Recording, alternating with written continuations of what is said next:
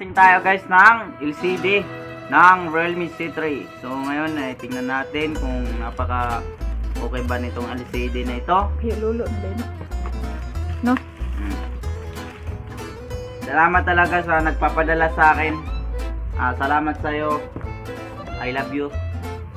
I love you karon patay ka lang masawa. Sorry Mike. I love you lang ko sa seller Mike pa. Kasi ang bait talaga. Ang bait niya talaga sa akin.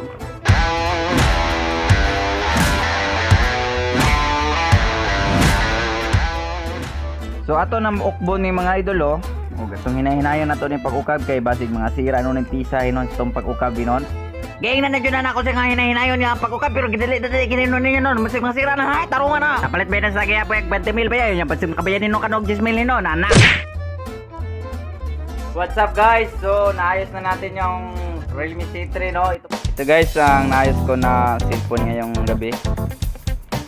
So ayan po. Yung ano po niya guys dito fingerprint na wala. So 09 1911.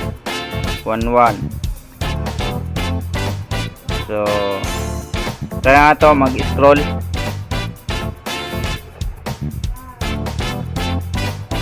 So bali loading lang po siya guys kay bago pa man siya na open.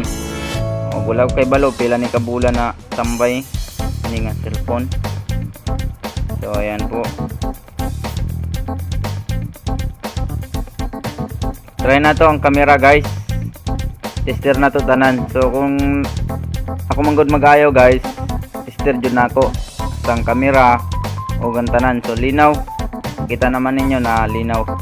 Malinaw jud siya. Sa atubangan pod niya. So malinaw gyapon. Ang kaning nga cellphone Realme C3. Realme C3 nga cellphone. Daghang salamat sa pagtiwala ninyo sa ako ang pag-ayo. Bisan matambay nyo ang cellphone diri sa ako guys. Daghang salamat.